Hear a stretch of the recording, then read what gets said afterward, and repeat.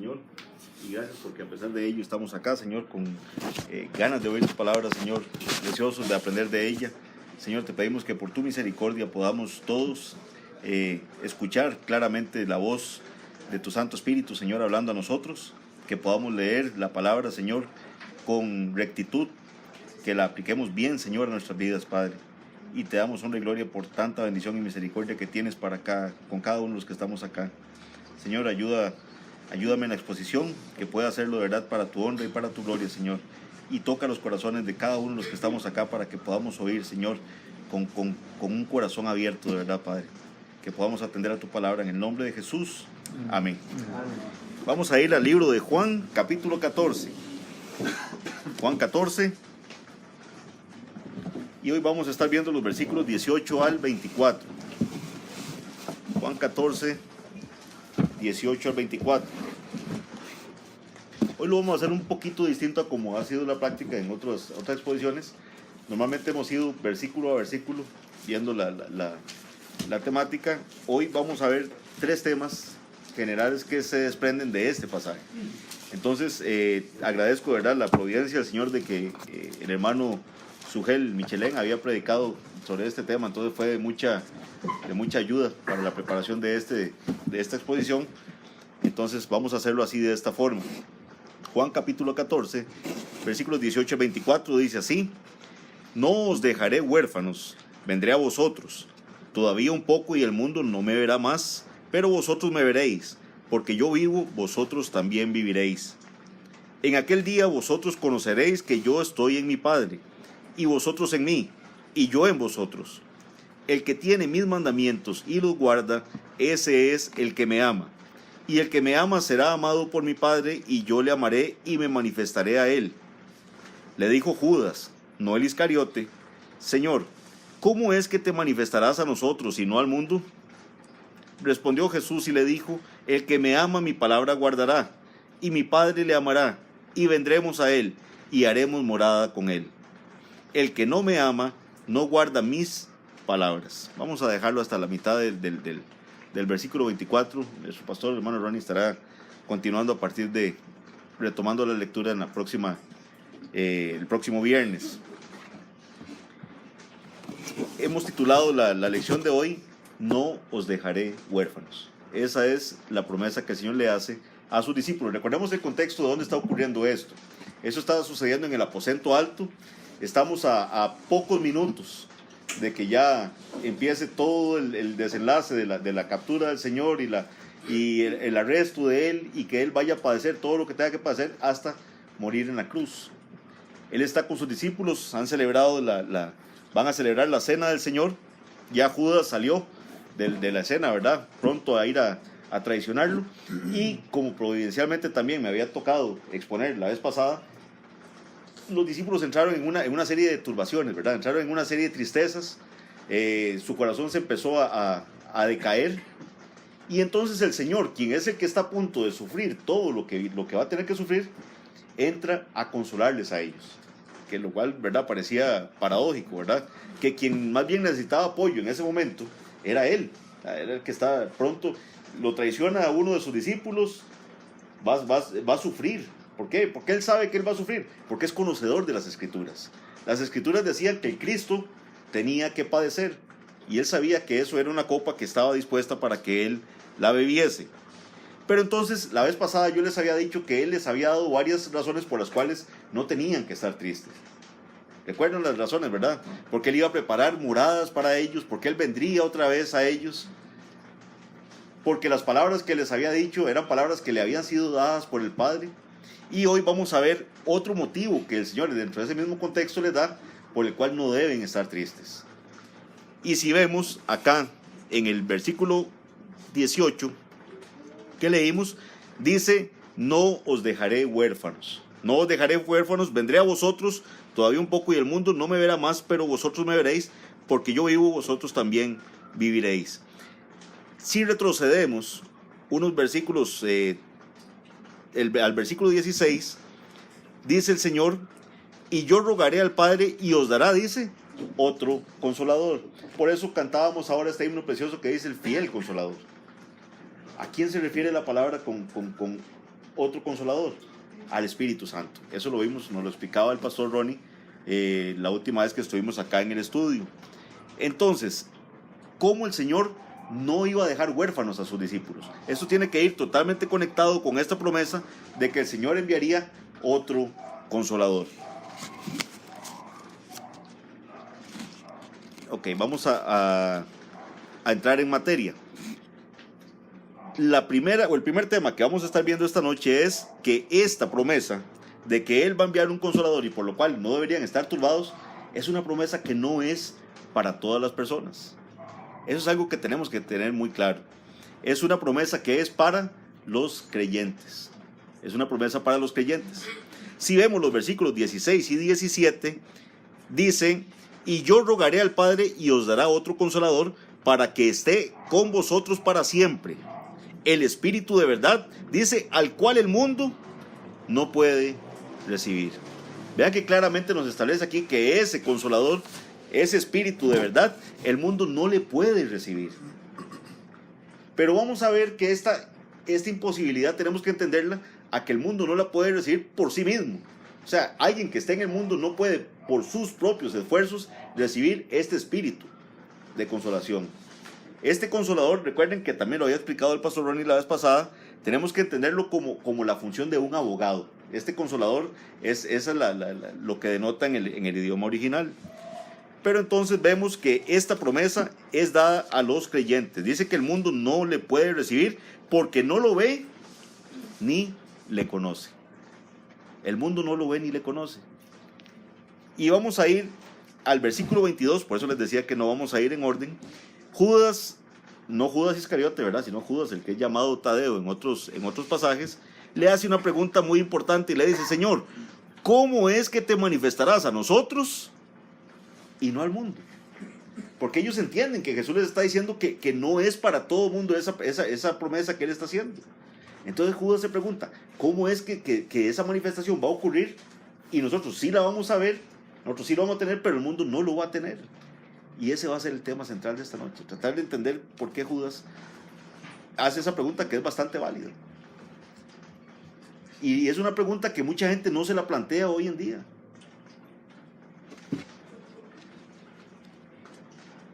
Aquí hay un claro contraste entre los creyentes y el mundo. El mundo no puede recibir al Espíritu de verdad porque no ama la verdad. El mundo, por sus propios esfuerzos, no le va a interesar ver, ni tener, ni conocer nada del Espíritu de la verdad. ¿Por qué? Porque no ama la verdad. Vamos a ir a Juan capítulo 8. Juan 8. No pierdan el versículo, el capítulo 14 donde estamos. Y ahí mismo vamos a ir a Juan 8, versículo 44. Recordemos el contexto en el que se dicen estos versículos. Los fariseos, el grupo de judíos ahí, a los que les estaba hablando el Señor, basaban su confianza en que eran hijos de Abraham, ¿verdad? Esa era su confianza. Nosotros somos hijos de Abraham, somos la descendencia de Abraham, por lo tanto no deberíamos cuestionarnos si somos salvos o no. El hecho de ser hijos de Abraham ya nos hace, nos pone un sello ahí de seguridad. Y dice el versículo 44, Jesús les dice lo siguiente: vosotros sois de vuestro padre el diablo, y los deseos de vuestro padre queréis hacer. Él ha sido homicida desde el principio y no ha permanecido en la verdad, porque no hay verdad en él. Cuando habla mentira, de suyo habla, porque es mentiroso y padre de mentira. Y pongan atención aquí en el 45. Y a mí, porque digo la verdad, no me creéis. A mí, porque digo la verdad. Ojo aquí y pongamos mucho cuidado, porque no es que está diciendo: a mí no me creen porque les hablo con verdad. No. A mí no dice que el mundo o no le va a creer a él, porque no es que él no le cree a pesar de que dice la verdad, más bien es la idea. O sea, no es que Jesús está diciendo: mire, yo les estoy hablando y a pesar de que les hablo con verdad, ustedes no me creen. Eso no es lo que Jesús dice. Jesús lo que le está diciendo: ustedes no me creen porque les hablo la verdad. O sea, el mundo no soporta escuchar la verdad. ¿Por qué? Porque son hijos del diablo, como les dijo Jesús, y aman la mentira porque Satanás es padre de mentira. Eso es lo que está diciéndonos acá. Jesús no le creían porque decía la verdad. Y repito, ojo que no dice que a pesar de que decía la verdad, sino porque decía la verdad. O sea, la razón por la que no le creen es porque habla con la verdad. Ese es todo el punto. ¿Qué quiero que vayamos viendo con esto? Que el mundo en su estado natural, el pecador en su estado natural, no le gusta escuchar la palabra del Señor. Repele la palabra del Señor. No soporta la palabra del Señor.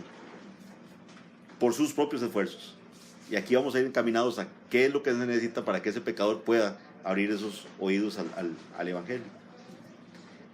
Recordemos también que dice que cuando la persona se acerca a la palabra de Dios, para poder entenderla, tiene que entenderla a través del Espíritu. ¿Por qué? Porque si no lo hace, va a ser locura lo que está leyendo.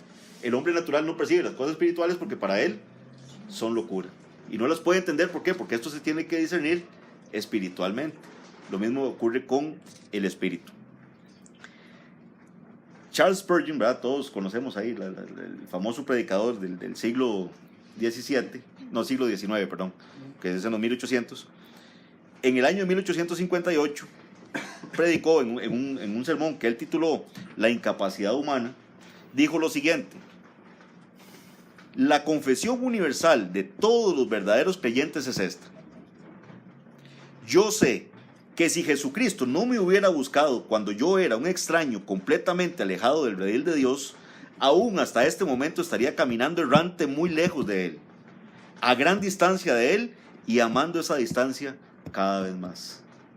Repito lo que Spurgeon dijo con tanta sabiduría: yo sé que si Jesucristo no me hubiera buscado cuando yo era un extraño completamente alejado del redil de Dios, aún hasta este momento estaría caminando errante muy lejos de Él, a gran distancia de Él y amando esa distancia cada vez más. ¿Qué es lo que está reconociendo Spurgeon aquí con eso? Si fuera por mí, yo no hubiera buscado al Señor. Si dependiera de mí, no hubiera buscado al Señor.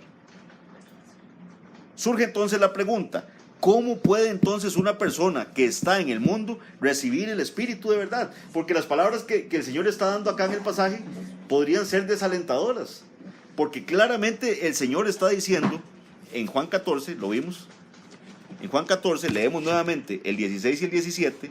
Dice: y yo rogaré al Padre y os dará otro consolador para que esté con vosotros para siempre, el Espíritu de verdad, al cual el mundo no puede recibir. Vean que es claro el mensaje: porque no le ve ni le conoce, pero vosotros le conocéis, porque mora con vosotros y estará con vosotros. Entonces la pregunta es: ¿qué hace el mundo? ¿Cómo el mundo puede conocer a ese Espíritu de verdad? ¿Qué es que los discípulos tenían algo, eran mejores personas que los que estaban en el mundo, para que ellos sí pudieran conocer el Espíritu y el mundo no? ¿Qué es lo que hace la diferencia? ¿Qué marca la diferencia? Ahí mismo en Juan, vamos a ir al capítulo 6, sin perder el 14. Juan 6, en el versículo 37. Todos estos pasajes los hemos visto ya con anterioridad, pero siempre es bueno estar repasando. Juan 6, 37.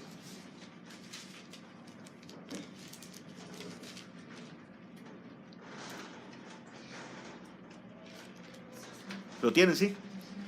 Dice: todo lo que el Padre me da, aquí hablando Jesús, todo lo que el Padre me da, vendrá a mí. Vean qué promesa más hermosa. Todo lo que el Padre me da, vendrá a mí, y al que a mí viene, no le echo fuera. Entonces vea que tenemos una promesa hermosa aquí. Tenemos un grupo de gente que el Padre le ha dado a Cristo. Los escogidos, como se habla en la palabra del Señor. Aquellos a quienes predestinó desde antes de la fundación del mundo para salvación. Mis ovejas, dice Jesús, oyen mi voz y me siguen. Entonces dice aquí, Juan 6:37, todo lo que el Padre me da vendrá a mí, y al que a mí viene, no le echo fuera. Tenemos que entender eso también en el contexto de que habla el 44. Dice el versículo 44 ahí de Juan 6, ninguno puede venir a mí. Pero entonces vea que tenemos en el 37 que los que a Él van a venir, Él no les va a echar fuera. Pero en el 44 nos dice que ninguno puede venir a Él. Pero dice el 44, ninguno puede venir a mí si el Padre que me envió no le trajere. Dice: y yo le resucitaré en el día postrero. Y dice ahí mismo en el 64 y el 65, el Espíritu es el que da vida. Vean esto, qué importante. Recordemos cuál era nuestra condición cuando estábamos en el mundo. Estábamos muertos en nuestros delitos y pecados. Por eso ese muerto no puede gustar del Espíritu de vida, no puede, porque no va a verle. Pero dice, el Espíritu es el que da vida. La carne para nada aprovecha. Las palabras que yo os he hablado son espíritu y son vida. Pero hay algunos de vosotros, dice, que no creen, porque Jesús sabía desde el principio quiénes eran los que no creían y quién le había de entregar. Y dijo, por eso os he dicho que ninguno puede venir a mí si no le fuere dado del Padre. Ninguno puede venir a mí si no le fuere dado del Padre. Entonces ahí es donde conectamos lo que nos dice el 14. Dice, el Espíritu de verdad al cual el mundo no puede recibir. Entendemos bien el punto. El mundo por sí mismo no puede recibir ese Espíritu. Es una bondad del Padre quien trae a la persona a Cristo para que pueda recibir el Espíritu. Por eso la promesa es para los creyentes y es una gracia del Señor. Vean qué hermoso y qué claro está aquí el pasaje. El Espíritu de verdad es ese consolador al que iba a mandar el Señor, al cual el mundo no puede recibir porque no le ve ni le conoce, pero vosotros le conocéis porque mora en vosotros y estará en vosotros. Esta es una evidencia más de que el mundo no va a tomar la iniciativa. Jesús le dijo a sus discípulos en Juan 15:19. Vean lo que dice Juan 15:19.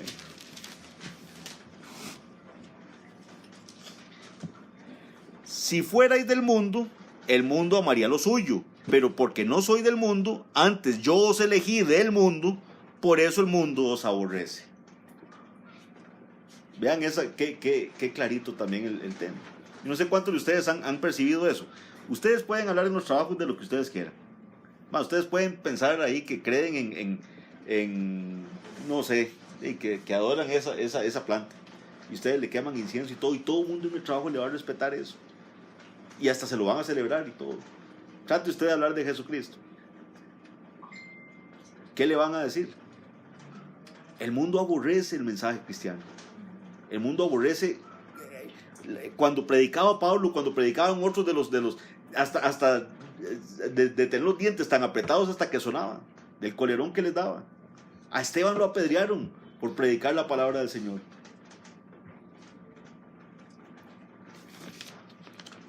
Entonces, que nos quede claro que la promesa que se hace acá de que enviaría un consolador es para los creyentes. Segundo punto que vemos en el pasaje: el creyente ama a Jesús y guarda sus mandamientos. Esa es una verdad que se nos dice en este pasaje. Una evidencia de que somos hijos de Dios, de que somos creyentes, es que vamos a amar sus mandamientos. Ahorita en el punto tercero vamos a ver también parte de esa lucha que hay todavía con esta nuestra carne. Pero aquí nos dice, leemos nuevamente, es un pasaje pequeñito, dice en Juan 14 que estamos,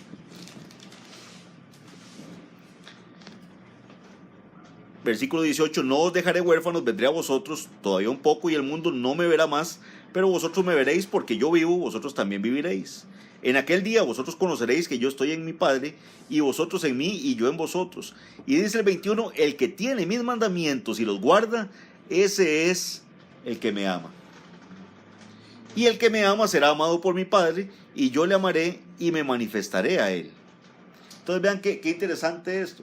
Por eso un pasaje tan pequeñito como este, si lo leemos muy rápido, no le logramos sacar toda la riqueza que tiene de tanta doctrina que está encerrado acá. Nuestro amor por Cristo no es un prerequisito para que Él nos ame. Esto es bien importante. O sea, no es que yo le tengo que decir a vamos a ver, que solo Cristo se mostró o atrajo así a aquellos a quienes Él veía que le estaban mostrando amor. No. ¿Qué iba a hacer Pablo camino a Damasco cuando se le sale el encuentro a Cristo? ¿Qué estaba haciendo? ¿A qué iba él? A perseguir cristianos. Iba a darles muerte. Iba a hacerlos blasfemar. Era un perseguidor de la iglesia. Y a esa iglesia que él perseguía, le ofendía tanto al Señor que persiguiese a la iglesia, que qué es lo que el Señor le dice a Pablo: Saulo, Saulo, ¿por qué me persigues? Se está persiguiendo a la iglesia del Señor, y el Señor Jesús le dice: ¿por qué me persigue a mí? ¿Por qué me estás persiguiendo? Dura cosa te es dar coces contra el aguijón. Sin embargo, la misericordia de Dios se muestra para con Saulo, y el Señor le salva, y Pablo no estaba mostrándole amor. Entonces el amor no es un prerequisito, pero el amor va a ser un fruto. Ese amor por Cristo va a ser un fruto del creyente. Cuando usted ya, el Señor por su misericordia le salvó por gracia, no por ninguna obra que nosotros hubiésemos hecho. Y eso es algo que tiene que quedar claro en esta noche, en esta lectura. Vean que ya dijimos que el mundo no puede recibir el Espíritu por sí mismo. Tiene que el Padre traer con amor a Cristo. O sea, trae a la persona a Cristo, eso es lo que me refiero. Entonces vean que es el Señor el que toma la iniciativa. Dice Romanos 5:8: mas Dios muestra su amor para con nosotros en que, siendo aún pecadores, Cristo murió por nosotros. O sea, Cristo no muere por nosotros porque somos buenas personas. El mismo pasaje dice: podría ser que alguien osara morir por un bueno, ¿verdad? Puede sacrificarse por un justo. Resulta que tal vez yo considere que el pastor Ronnie, yo le quiero mucho, y yo veo que va un carro a atropellarlo, y podría ser que yo me tire a tratar de salvarlo. Podría ser. Vea que ni el pasaje ni siquiera dice que sea certero. ¿Por qué? Porque todos tenemos un instinto de preservación de nuestra vida.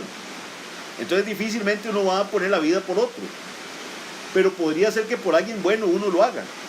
Pero lo maravilloso del amor de Cristo es que dice que, siendo aún pecadores, Cristo murió por nosotros, sin tener nosotros nada absolutamente por lo cual diga yo, es que de verdad yo merecía yo que Cristo muriera por mí. El Señor toma la iniciativa. Primera de Juan 4:19 todavía nos lo deja más claro. Vea, vamos a ir a Primera de Juan 4:19.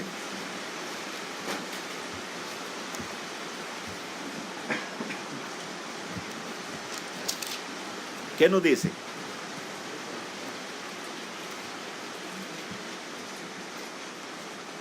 ¿Lo tienen, sí? Vean lo que dice. Dice: nosotros le amamos a Él porque Él nos amó primero. Y esto es contundente. O sea, aquí no hay tal de que sí, es que yo es que amaba tanto al Señor que yo empecé a buscar al Señor, y yo, ¿verdad? En ese afán de que yo le quería tanto que yo llegué a Él. Nosotros le amamos a Él, ¿por qué? Porque Él nos amó primero. No puede haber ni la más pequeña gloria en nosotros con respecto a eso. Tenemos que humillarnos ante la inmensa misericordia del Señor de habernos salvado por su gracia, nada más. Y dice acá, entre las notas que tengo, ese amor se produce en las personas que han sido amadas por el Señor. Y ese amor va a provocar un deseo ferviente de guardar sus mandamientos. Ese amor que ya ahora sentimos por Cristo, ¿por qué? Porque Él nos amó primero, me va a hacer desear comportarme bajo los estándares de la palabra del Señor, bajo los mandamientos del Señor. Eso es algo que naturalmente el hombre no va a desear. El hombre natural va a ver esto como ¿qué? Como locura. Porque la predicación de la cruz, ¿qué dice? Para los griegos ciertamente locura, y para los judíos era tropezadero. Pero para nosotros el evangelio es poder de Dios. Queremos comportarnos bajo los estándares que el Señor nos puso. ¿Por qué? Porque le amamos a Él.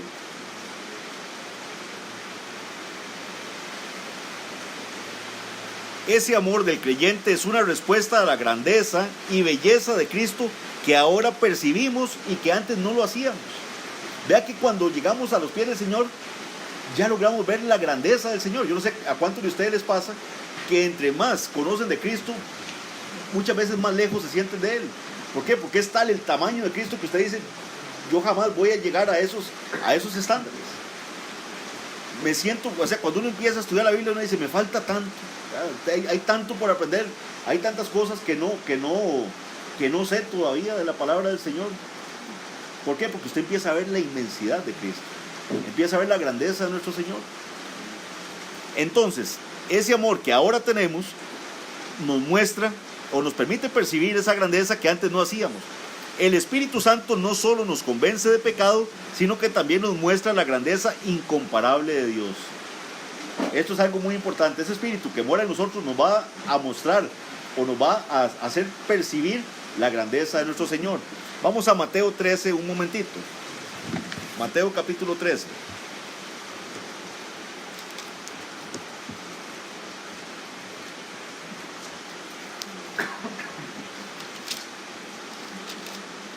Mateo 13, 44.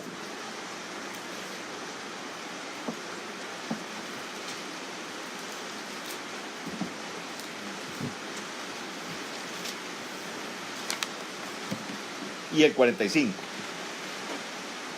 ¿Lo tienen? Sí. Dice así: además el reino de los cielos es semejante a un tesoro escondido en un campo, el cual un hombre halla y lo esconde de nuevo, y gozoso por ello va y vende, dice, todo lo que tiene y compra aquel campo. Y la siguiente parábola es lo mismo, es una aplicación del mismo principio. Dice el 45: también el reino de los cielos es semejante a un mercader que busca buenas perlas, que habiendo hallado una perla preciosa fue y vendió todo lo que tenía y la compró.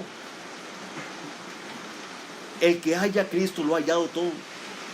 Y no importa si tiene que gastar su vida para poder tenerlo. Más bien, y decía aquí el pastor Sugel cuando exponía esto, va a haber como una ganga el hecho de que sea solo la vida lo que yo tengo que para poder abrazar a Cristo. No que yo con mis obras esté ganando, no interpretemos así, porque no hay nada que yo pueda hacer para ganar esa salvación tan grande. Él lo hizo todo por mí. Pero si es mi vida lo que tengo que dar para estar con Él aquí ya, siendo salvo y todo, gloria a Dios por eso. Es una ganga, más bien es poco para poder tener a Cristo. Y así lo va a percibir el cristiano. Por eso el cristiano cuando se acerca y le predican domingo a domingo la palabra del Señor y usted se ve exhortado por la palabra del Señor, usted no siente gravoso el mandamiento. Lo que usted se duele es ver que su carne muchas veces no le permite cumplir algo tan bello, que su carne le impide poder agradar al Señor con algo que uno dice: Señor, esto es lo que yo debería estar haciendo. Esto es lo que yo debería estar haciendo y no lo que mi carne me está llevando a hacer. Pero eso es algo que se puede pensar y sentir únicamente si el Espíritu Santo mora en nosotros.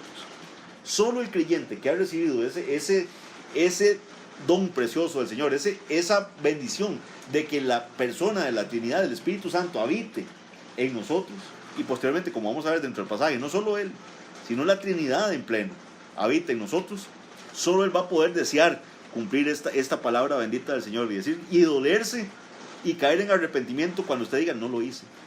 Y Señor, no solo no lo hice, sino que actué contrario a lo que debía haber hecho y me arrepiento.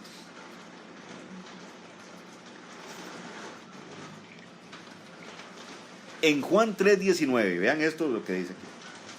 Juan 3:19.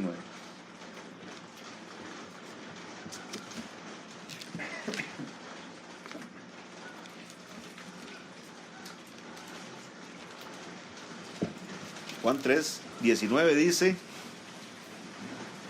y esta es la condenación. Oigan, ¿qué es la condenación? Que la luz vino al mundo. ¿Quién era la luz? Jesús. Que la luz vino al mundo y los hombres amaron más las tinieblas que la luz, porque sus obras eran malas. La respuesta natural del mundo ante Jesús es no amarle. No amarle. El hombre natural no quiere seguir a Jesús, le repugna la idea de Jesús. Solamente la persona que ha recibido vida por el milagro del Señor, que le quiso dar vida a través de la regeneración, solamente él va a querer amar a Jesús, nada más. Recordemos, a mí se me quedó muy grabado la resurrección de Lázaro. ¿Recuerdan que cuando estudiamos ese pasaje? Lo maravilloso que es ver a alguien resucitando a otra persona, ver al Hijo de Dios ahí llamando a un muerto de 4 días que saliera, que saliera fuera de la tumba en que estaba, y salió. Muchos se maravillaron y siguieron a Jesús, pero otros muchos, ¿qué hicieron? Se fueron a acusarle con los fariseos, se fueron a acusarle con las autoridades. Los dos grupos estaban ahí, los dos vieron el mismo milagro, vieron la resurrección. Y la respuesta de unos fue: seguir al Señor y caer en adoración, y los otros fue ir a acusarlo para que lo llevaran preso. Vean que si el Señor no hace la obra en la persona, no va a ver lo hermoso de Cristo actuando, no lo va a ver. Y esa es la misericordia que tenemos que agradecer día con día, decir: Señor, ¿por qué, Señor? ¿Por qué será que me invitaste a mí? Como cantábamos en el himno de Isaac Watts. ¿Qué tenía yo de bueno? Nada. Fue por el puro afecto de su voluntad que Él me dio vida cuando estaba muerto en mis delitos y pecados. Dice acá: el Espíritu Santo hace un cambio radical en nuestras vidas, que ahora aborrecemos las tinieblas que un día amamos, y amamos a Cristo, a quien un día aborrecimos.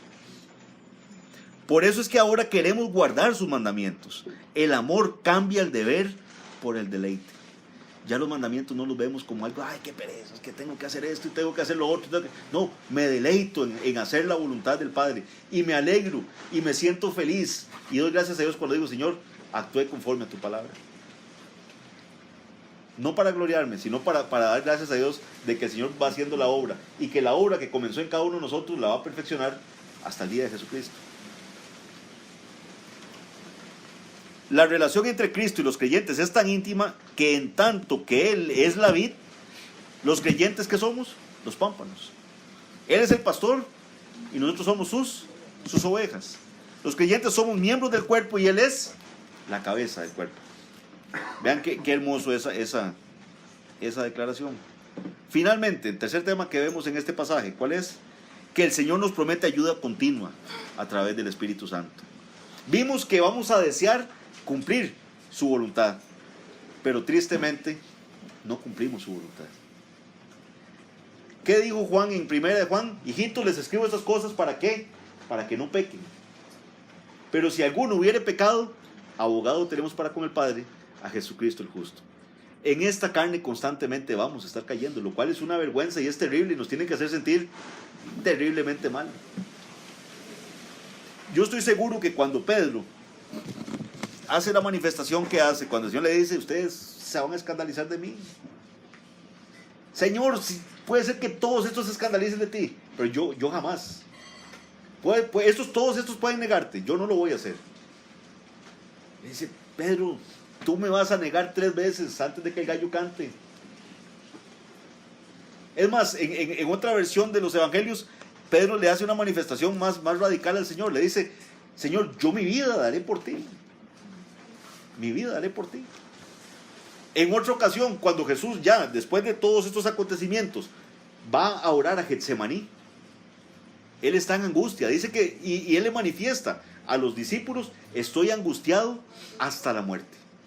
O sea, estoy cargado de angustia. ¿Por qué estaba angustiado Jesús? ¿Por qué iba a morir en la cruz?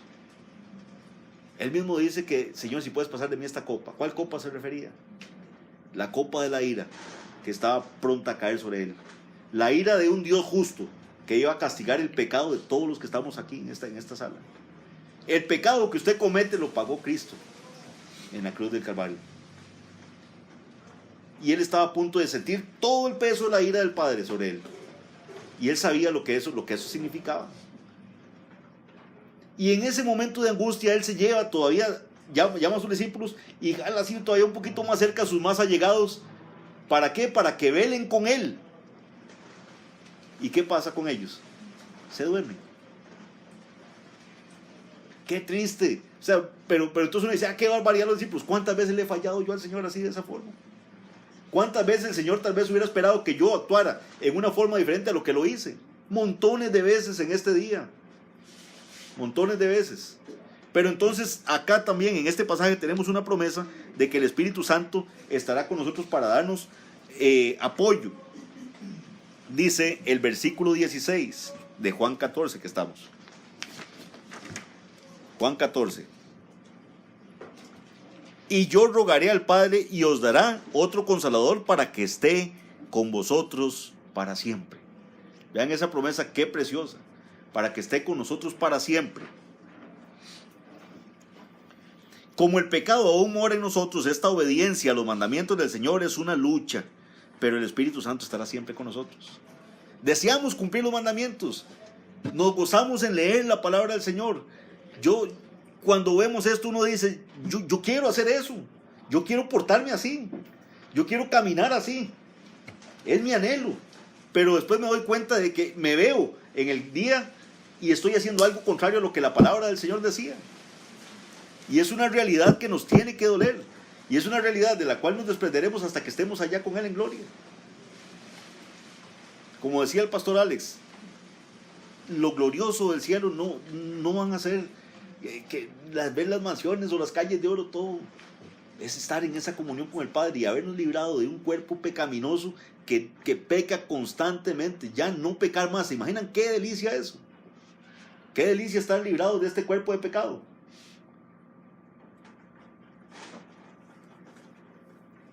El pastor Ronnie también lo había explicado, ¿verdad? Este otro que dice aquí en el enviará otro consolador, era un otro de la misma clase. No es que el Espíritu Santo es inferior, no. Tenemos a un miembro de la Trinidad, una persona de la Trinidad con nosotros siempre. En el versículo 19 dice: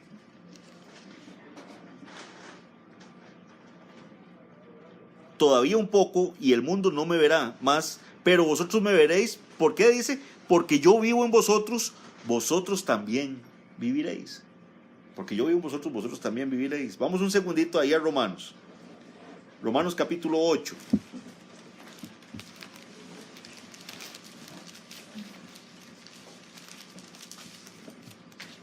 Romanos 8 del 5 al 11. Vean qué contundente este pasaje.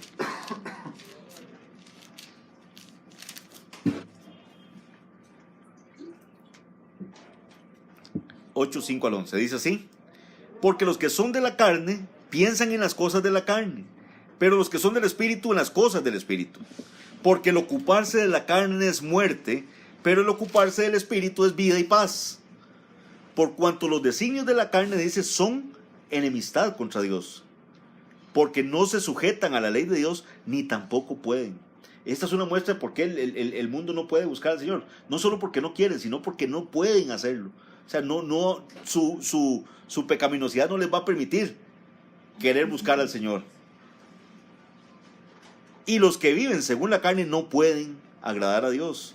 Mas vosotros no vivís según la carne, sino según el Espíritu. Si es que el Espíritu de Dios mora en vosotros. Vean esto, qué importante. O sea, si el Espíritu en realidad mora en nosotros, no vamos a vivir conforme a la carne. Y si alguno no tiene el Espíritu de Cristo, no es de Él.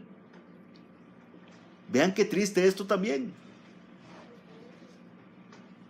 Pero qué feliz para los que por la misericordia del Señor lo tienen. Pero si Cristo está en vosotros, ojo, ¿quién dice? Cristo. Y no era el Espíritu el que estaba en nosotros. Pero dice aquí que si Cristo está en nosotros también.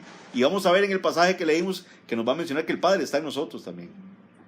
Pero si Cristo está en vosotros, el cuerpo en verdad está muerto a causa del pecado, mas el Espíritu vive a causa de la justicia. Entonces, aquí hay un reconocimiento de algo. No vamos a dejar de pecar. Esto que no sea una excusa, que no diga ya, qué bueno, tranquilo, entonces pequemos. Ya la Biblia reconoció que yo no voy a dejar de pecar. Es una tristeza muy grande. Es una tristeza muy grande. Pero el alivio es que tenemos al Espíritu con nosotros, que nos va a convencer de pecado también, día con día. Que cuando usted hizo lo que hizo, usted se va a sentir mal de haber hecho lo que hizo. Y va a acudir al Padre en oración pidiendo: Señor, perdóname por esto que acabo de hacer. No debía haberlo hecho. Ayúdame a mejorar en esta área de mi vida. A mortificar el pecado, como estamos aprendiendo los viernes en las reuniones de varones. A hacer morir lo terrenal en nosotros. Cada uno de nosotros sabe con qué está luchando. ¿Qué nos dice la palabra del Señor? Haced sendas derechas para que lo cojo de vuestro cuerpo no se salga del camino.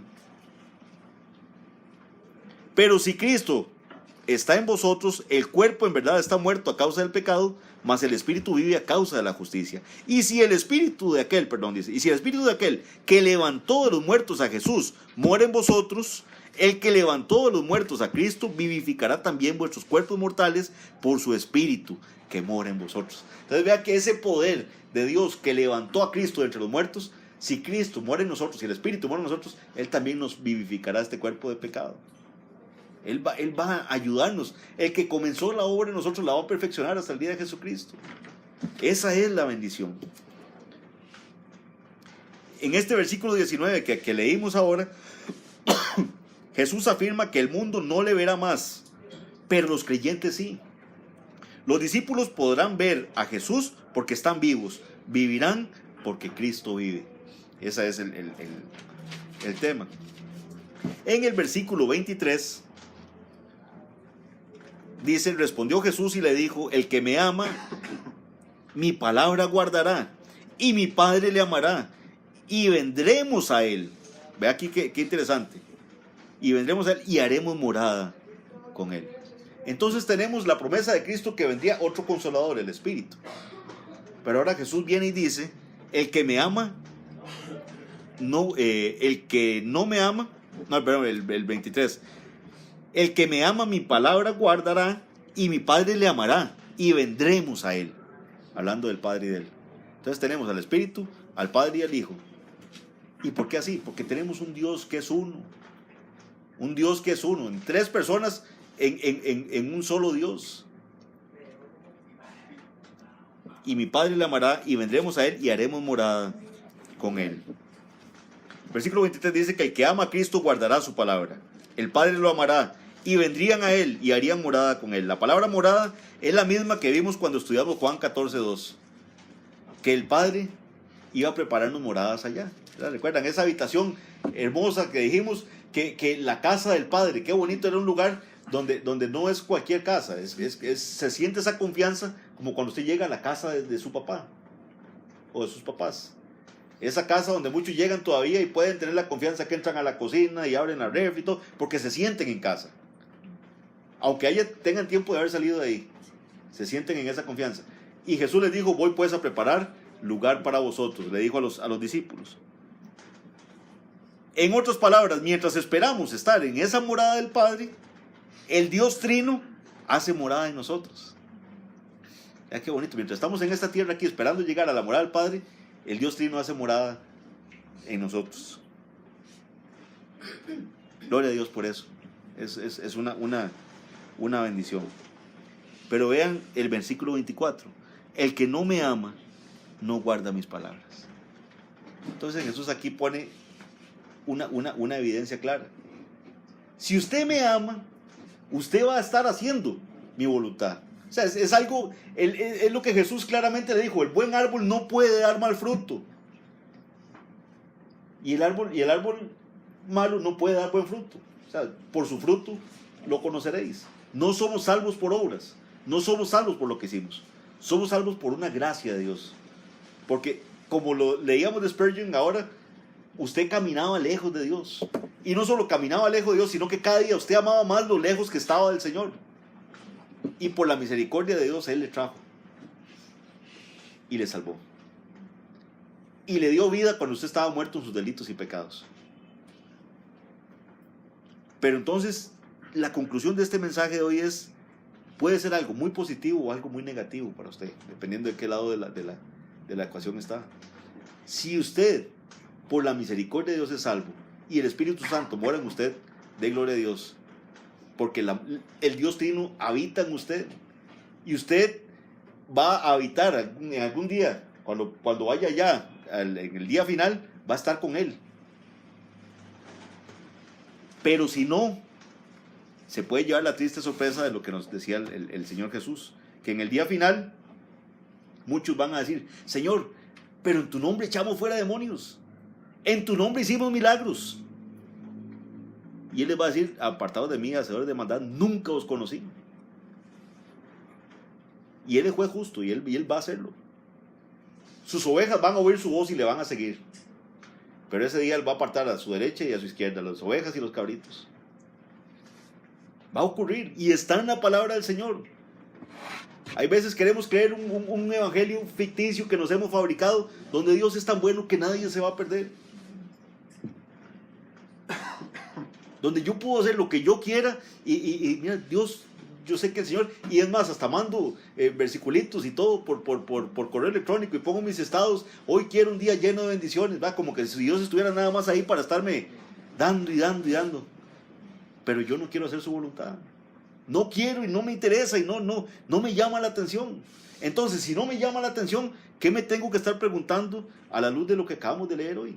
Porque el que le ama, el que ya ha sido salvo, el que mora el Espíritu Santo en él, quiere hacer la voluntad del Padre. Ama hacer la voluntad del Padre. No va a poder hacerla perfectamente por esta carne, pero se va a doler de ello. Se va a doler de ello. Esta promesa no es para todo el mundo. Si lo que leímos no describe su condición, lo único que le puedo decir es: venga a Cristo. Venga a Cristo, no se quede ahí. Acuda a Él, dice que el que a mí viene no le echo fuera.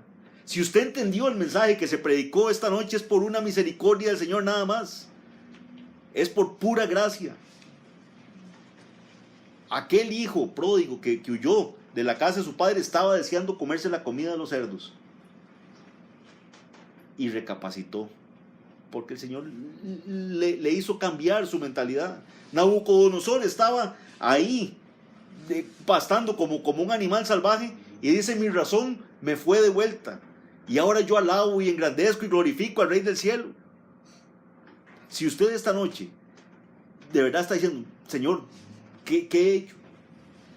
En la casa de mi padre, dijo el hijo pródigo, había abundancia de pan, y yo aquí comiendo, deseando comer esto.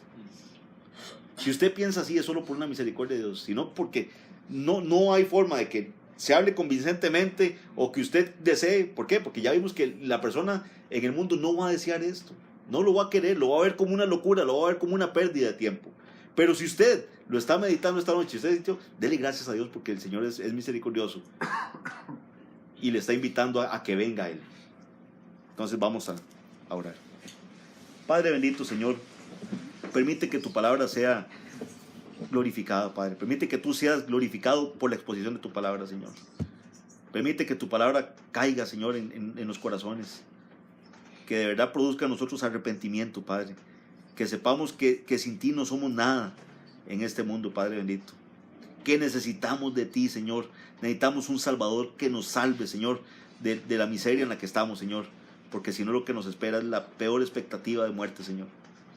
Te damos honra y gloria porque Cristo sacrificó su vida perfecta, Señor. Vivió una vida perfecta y murió para cargar el pecado de los que estamos acá, Señor.